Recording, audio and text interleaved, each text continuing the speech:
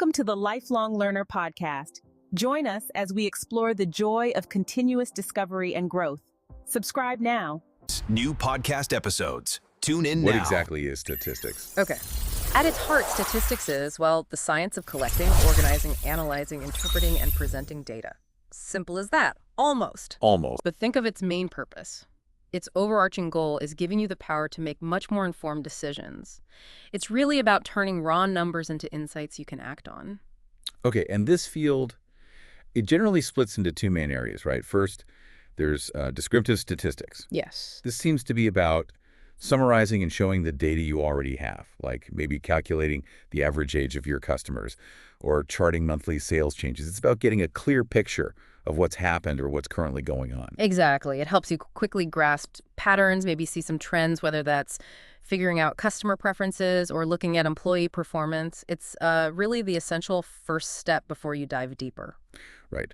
Then we shift gears to inferential statistics. Mm-hmm. This sounds like where you use data from just a sample, a smaller, more manageable group. Right. To make smart guesses or inferences, predictions, and maybe big decisions about a much larger population that you just can't measure completely. And this is truly where I think the real decision-making power often comes in. It lets you generalize from that small group to the whole picture. For example? Well, say you poll 1,000 customers about their satisfaction. Inferential statistics gives you the tools to reliably estimate the satisfaction levels of maybe millions of your customers based just on that sample. Got it. So the raw material for all this, obviously, is the data itself. We keep talking about variables, Yes. which are just measurable characteristics that can change, that can vary. And there's a crucial distinction here, isn't there? You have qualitative variables, which are categorical, like customer gender or maybe product type. And then you have quantitative variables, which are numeric measurable things like sales figures or website visits. And even within quantitative, you've got discrete things you count, like number of complaints. Okay. And continuous things that could be any value in a range, like, say, delivery time or a person's height. And this leads straight into something you mentioned is absolutely critical. Understanding levels of measurement. Oh, yes. Absolutely vital. Nominal, ordinal, interval, and ratio scales. Our research really hammered this home that the level of measurement dictates which statistical methods you can actually use. It really does. And trying to use the wrong analysis for the wrong data type is, well, it's basically a guaranteed path to meaningless or actively misleading results. No exaggeration there. So why does that matter so much? Can you give us an example where, getting this wrong could really mess up a business decision? Sure. Think about ordinal data.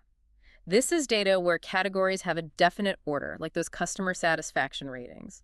Poor, fair, good, excellent. Oh, I've seen those. Excellent is better than good, but, and this is the key, you absolutely cannot assume the numerical difference between poor and fair is the same jump as between good and excellent. It's just an order. Yeah. So if you just assign numbers like 1, 2, 3, 4, and tried to calculate an average satisfaction score, well, that average would be pretty misleading. It just doesn't make mathematical sense like an average sales figure does. You'd need to use methods designed for rankings, not for precise math. Okay, that makes sense. So, moving on. Here's where it gets really interesting for me. How we actually summarize and visualize this data to, tell its story quickly. Right. We often start with measures of central tendency. We're talking mean, median, and mode here. They help find the typical value. And the median seems particularly interesting for business. Oh, definitely. The median, it's just the middle value when you sort your data. But its real power, I think, for you in business isn't just the definition. It's like a built-in truth serum. How so? Imagine you're trying to understand typical employee salaries. If you just use the mean, the average, a few really high executive salaries could totally skew the picture, right? Yeah, makes it look like everyone earns more. Exactly. The median, though, it cuts right through that. It gives you a much more accurate sense of what the majority of your team actually earns. That's a genuinely useful insight for setting compensation strategy. That distinction with the median is really key. Okay, so if central tendency tells us what's typical, then measures of dispersion or variability, they show us how spread out the data actually is. Precisely. And a key measure here is the standard deviation. It quantifies the amount of variation or dispersion in a data set. The material we looked at highlighted its use in finance as a measure of risk. That's a classic use case. A higher standard deviation means greater volatility for an asset, like a stock price. It basically tells you how much your data points tend to stray from the average. And what about variance? It's related, right? It is. Variance is simply the standard deviation squared, but you'll find standard deviation is more commonly used. Why is that? Because variance ends up in squared units. Like, if you measure sales in dollars, the variance is in squared dollars. What does that even mean? Right. Hard to interpret. Exactly. Taking the square root to get the standard deviation brings the measure back to the original units, back to dollars in this case, makes it far more intuitive and easier to explain. Makes sense. And to really see what's going on, we turn to visualizations.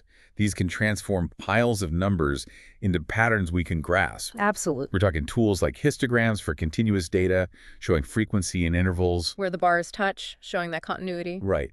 And bar graphs for qualitative data where the bars usually don't touch. Showing distinct categories. And crucially, box plots.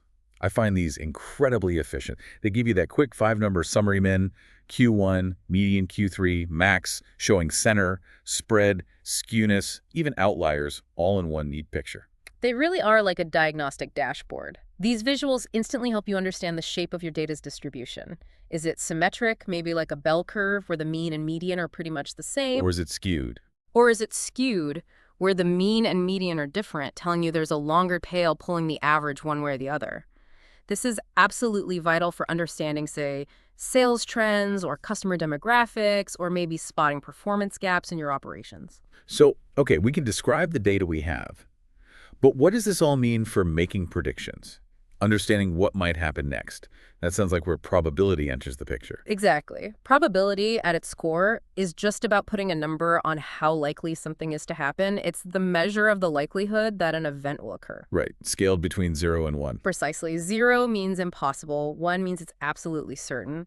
And then we build on this with some basic rules. There's the addition rule for figuring out the likelihood of one event or another happening. Okay. The multiplication rule for the probability of 2 events happening together, like an and situation. And we also need to understand conditional probability, the chance of something happening given that another event has already occurred. There's a really critical distinction here, though, isn't there?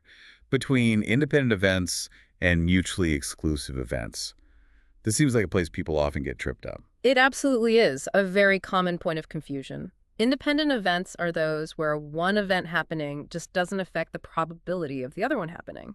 Think of 2 separate coin flips. Okay, makes sense. Mutually exclusive events, though, they cannot happen at the same time. Like a single coin flip resulting in both heads and tails impossible. Right. Misunderstanding that relationship, maybe treating dependent events as independent, that's a really common mistake that can lead straight to flawed calculations and ultimately poor business decisions. Got it. And from these building blocks, we get into probability distributions, which essentially model all the possibilities for a variable. That's right. We can have discrete ones like the binomial distribution. That sounds useful for things like countable successes in a fixed number of tries, maybe like campaign conversion rates. Exactly. How many people convert out of 100 emails sent, for example? But the undisputed star in this area really is the normal distribution, the bell curve. Ah, the famous bell curve. It's symmetrical. It's defined just by its mean and standard deviation. But here's a question. If relatively few things in the real business world are perfectly bell-shaped, why is the normal distribution so incredibly important? Ah, that's the million-dollar question. And the answer lies in something called the central limit theorem, or CLT. Okay, the CLT. What's the big idea there? Well, this is a cornerstone concept in statistics. It's truly massive in its implications. The central limit theorem essentially states that if you take a large enough sample size, and often the rule of thumb is 30 or more, Okay. the sampling distribution of the sample mean will start to look like a normal distribution, like that bell curve, regardless of the shape of the original population's distribution. Regardless, even if the original data is really skewed. Even then, this is huge because it allows us to use all those powerful statistical techniques built around the normal distribution for inference, even when our underlying data isn't perfectly normal itself. It's what makes reliable conclusions about a whole population from just a sample possible in so many situations. Wow, okay. That sounds like it bridges the gap perfectly into how we actually go from a small group, a sample, to the whole picture Yeah. using sampling and making estimates. Exactly. We use sampling techniques because, let's face it, getting data on an entire population is often way too time-consuming, too expensive, or sometimes just plain impossible. Okay. The whole point, the goal, is to make inferences about the population based on that smaller sample. And we need to be careful how we choose that sample. How so? What are the main approaches? Well, broadly, we differentiate between probability sampling methods, where every single member of the population has a known non-zero probability of being selected. This aims for true representativeness. Think of techniques like stratified sampling, where you ensure you get proportional representation from different subgroups, like age brackets or regions. And the alternative? The alternative is non-probability sampling. This is more subjective, it's often easier, but it's much more prone to bias, like convenience samples just serving people who are easy to reach. Like grabbing people walking out of one store. Exactly. While sometimes you might do it for speed or preliminary insights, you have to be really careful because that sample might not accurately reflect your entire customer base, leading to potentially skewed conclusions. Okay, so once we have our sample data, maybe using a good probability method, we can move to creating confidence intervals. Yes. These provide a range of plausible values for some unknown population parameter, right? Like the true average sales we can expect for a new product. That's the idea. But it's really crucial to understand what, say, a 95% confidence interval actually means. Okay, let's clarify that. It means that if we were to repeat our sampling process many, many times and construct an interval each time, about 95% of those intervals would contain the true unknown population parameter. Ah, so it's about the method, not this specific interval. Precisely. It does not mean there's a 95% probability that your specific calculated interval holds the true value. The true value is fixed. It's the interval that bounces around depending on the sample you happen to draw. It's a subtle but really important distinction. And bigger samples usually mean? Generally, a larger sample size gives you more information, so it leads to a narrower, more precise confidence interval. Okay, that makes sense. Then we get into hypothesis testing. This sounds more formal. A procedure for making decisions about population parameters using sample data. It is. You start by setting up two competing statements. First, the null hypothesis, usually written as H. H naught. That's typically the status quo, the default assumption, like there's no effect, no difference, no change. And then you have the alternative hypothesis arrow, which is what you're actually interested in testing, that there is a relationship or difference does exist. And then you need to decide how much risk you're willing to take of making a mistake. Exactly. You choose a significance level called alpha. It's typically set at 0.05 or 5%. This alpha represents your tolerance for making a specific kind of error, a type I error. Ah, right. The type I and type 2 errors. Let's really dig into those because they sound like they have massive implications for business decisions. They came up a lot in the material. They are absolutely critical to understand. A type I error is when you reject the null hypothesis, H error, when in reality, H error was actually true. It's a false positive. So you think you found something, but you didn't. Exactly. And in business, this can be devastating. Imagine you run an A/B test, conclude a new website button significantly boosts conversions, and you roll it out everywhere. Sounds good so far. But what if you made a type I error? What if the button actually made no real difference, or maybe even performed slightly worse? The cost isn't just the money and time spent implementing the change, but all the lost revenue from sticking with a suboptimal version and the missed opportunity to find something that actually works. Ouch. Okay, so that's pouring resources down the drain based on a false alarm. What about a type 2 error? That's the opposite, in a way. It's a false negative. It means you failed to reject the null hypothesis, when, in fact, the alternative hypothesis was true. You missed something real. So an opportunity missed. Precisely. For instance, maybe a new marketing campaign actually is more effective than the old one, but your test wasn't powerful enough to detect it. Maybe the sample size was too small, so you stick with the old, less effective campaign. You failed to detect a real improvement, abandoning a promising strategy that could have boosted your bottom line. Both errors have very tangible, real-world business consequences. Definitely see that. And how do p-values fit into this decision-making process? Think of the p-value as your surprise-o-meter. Officially, it's the probability of observing a test statistic as extreme as, or even more extreme than, the one you actually got from your sample, assuming the null hypothesis is true. Okay, unpack that a bit. So you assume the null is true, assume there's no real effect or difference. Then you ask, How surprising is my sample result under that assumption? If you'd be really, really unlikely to see what you saw just by random chance, meaning a tiny p-value, typically less than your chosen alpha, like 0.05, then you start doubting the null hypothesis. You think, wow, this result is too weird if there's really nothing going on. Maybe there is a real effect. Okay, that helps. P-values gauge the evidence against the null. But this brings us right to one of the biggest warnings, maybe the biggest, that came up again and again. Statistical significance versus practical importance.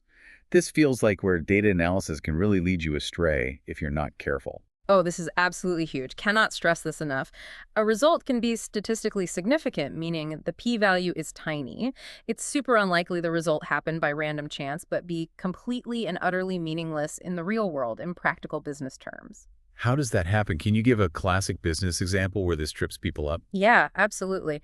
Imagine you're A/B testing two versions of, say, website ad copy. And because you have a massive website, you get millions and millions of views on each version. Okay, lots of data. Right. You might find that version B has a conversion rate that's 0.01% higher than version A, just a tiny, tiny fraction higher. But because you have such an enormous amount of data, that minuscule difference could easily yield an incredibly small p-value, maybe 0.00001 or something. So statistically speaking, version B is better. The difference isn't likely due to random chance. Statistically significant, yes. But now you must ask the practical question. Does a 0.01% increase in conversion actually matter to the business? Is it practically important? Right. Will it even move the needle? Exactly. Will the tiny revenue gained from that 0.01% bump even cover the cost of implementing the change across your entire website? Or the developer time? Or even the analyst's time spent finding it? Often, especially with huge data sets, even a truly tiny, maybe imperceptible difference can show up as statistically significant. The critical thinking step is always, okay, it's statistically significant. Now, does this finding have practical importance for my business goals? That's such a crucial check. Yeah. Okay, moving on. Next, we explored how statistics helps us understand the relationships between different variables. Right. This is where regression analysis becomes incredibly useful. It's really a fundamental and powerful technique. We use it to model the relationship between a dependent variable that's your outcome of interest, maybe sales, Okay. and one or more independent variables, the things you think might influence the outcome, like advertising spend, price, maybe website traffic.